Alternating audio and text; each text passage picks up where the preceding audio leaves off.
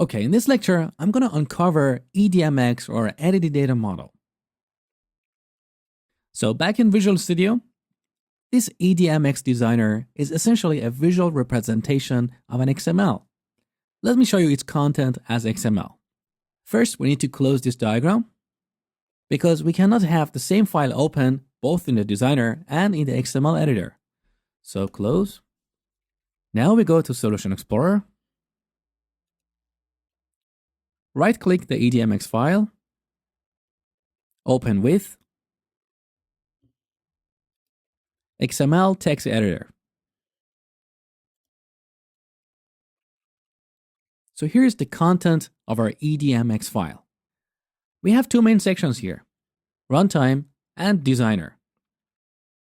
The designer section includes data about the visual representation of this EDMX.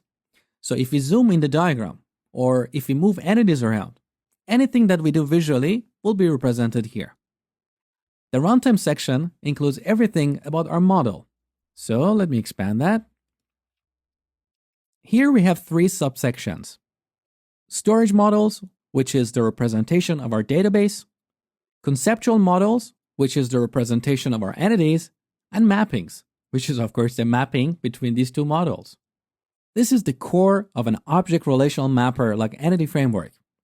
An object relational mapper, or ORM, knows how to map an object-oriented model to a relational model. Let's take a deeper look at each of these sections here.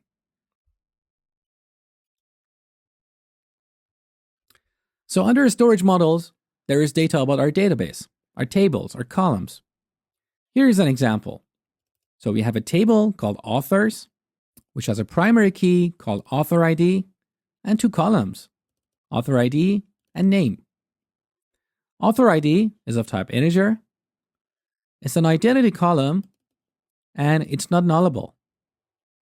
The name column is a varchar with the length of 255 characters, and it's not nullable. So the storage model section knows everything about our database schema. Let's take a look at our conceptual model.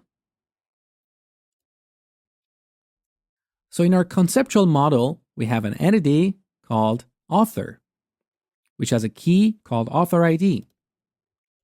It has two properties, author ID and name. Author ID is of type int32. It's not nullable and it's an identity column. And the name is a string with maximum length of 255 characters.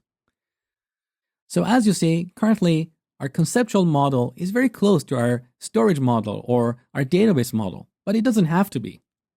We can change our conceptual model, and the mapping section, as I will show you in a second, will ensure that our conceptual model can be mapped to our storage model. Let's take a look at the mapping part.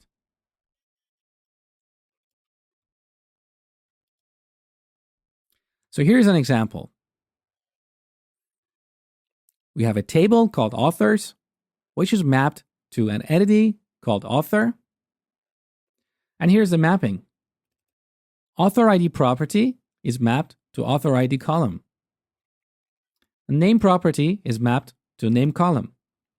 So as I said, we can change our conceptual model, and the mapping will make sure that our conceptual model can be persisted into our storage model.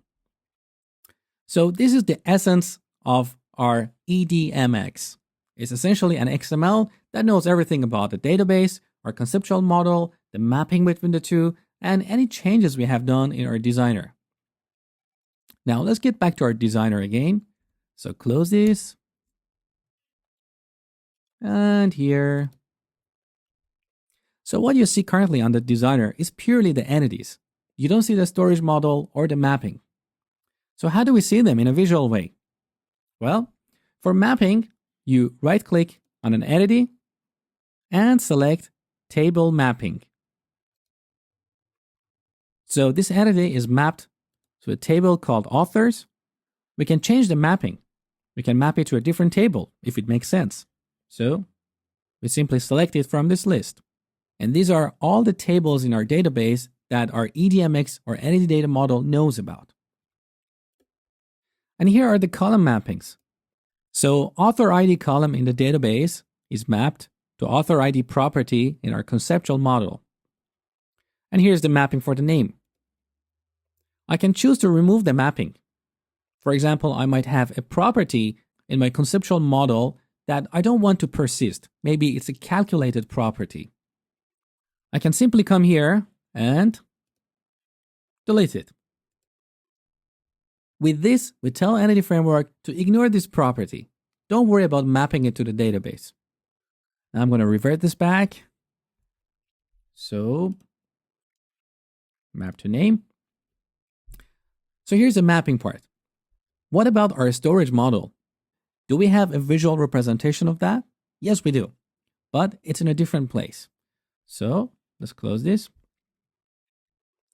We right click here on an empty area and select Model Browser. So this tree structure that you see here is exactly what you saw earlier in the XML. So Pluto model is our conceptual model. Here we have our entities. Author, course, whatever.